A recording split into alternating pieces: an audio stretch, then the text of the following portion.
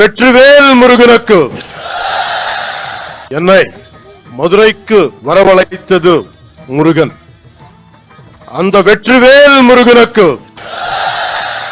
என்னை வளர்த்தது முருகன். அந்த வீரவேல் முருகனுக்கு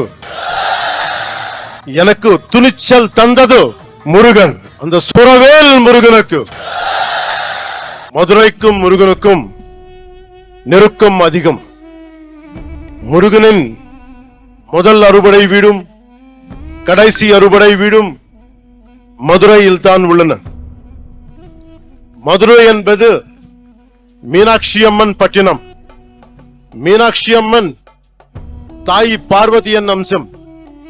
எனவே முருகனின் தாயாரும் மதுரையில் தான் உள்ளார். முருகனின் தந்தை சிவபெருமான் முதல் சங்கத்துக்கு தலைமை ஏற்று மதுரையில் தான் இருந்தார்.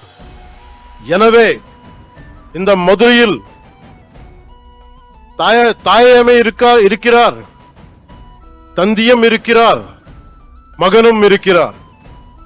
அப்படின்னா மதுரை மக்கள் எத்தனை புண்ணியம் பண்ணி இருக்க வேண்டும். அந்த புண்ணியத்தின் விளைவாக பசும்பொன் முத்துராமலிங்க தேவர் அவதரித்தார்.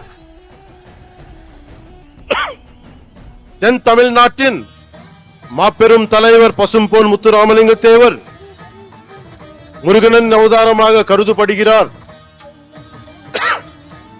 அவர் சிலைக்கு அருகே மயிலும் வைக்கப்பட்ட உள்ளது. தேவர் மூலம் மனித உறவில் முருகன் வாழ்ந்தார். அந்த பசும்பொன் முத்துராமலிங்க தேவரை தாழ் பணிந்து வணங்குகிறேன்.